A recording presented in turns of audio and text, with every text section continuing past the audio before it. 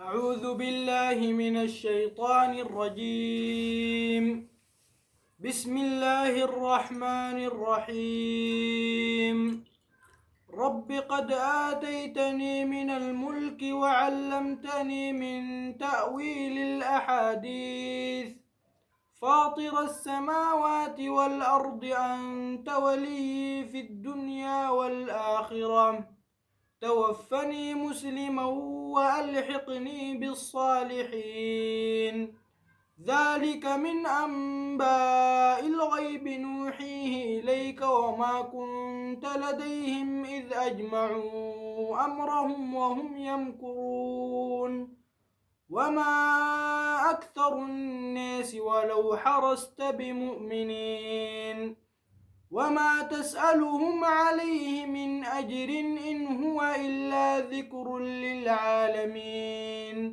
وكأي من آية في السماوات والأرض يمرون عليها وهم عنها معرضون. وما يؤمن أكثرهم بالله إلا وهم مشركون. أفأمنوا أن تأتيهم غاشية من عذاب الله أو تأتيهم الساعة بغتة وهم لا يشعرون.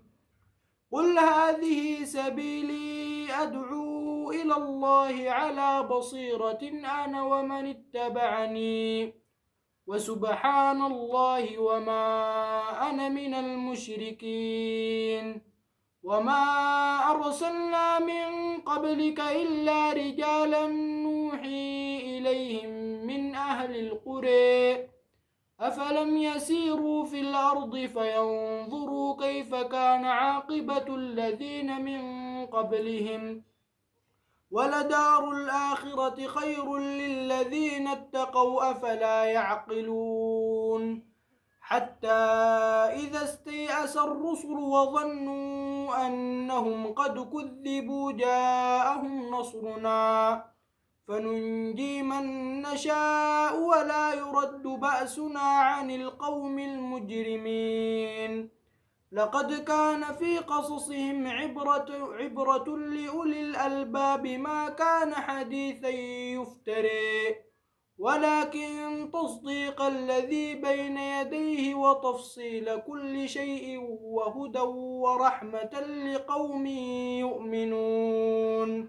صدق الله العظيم.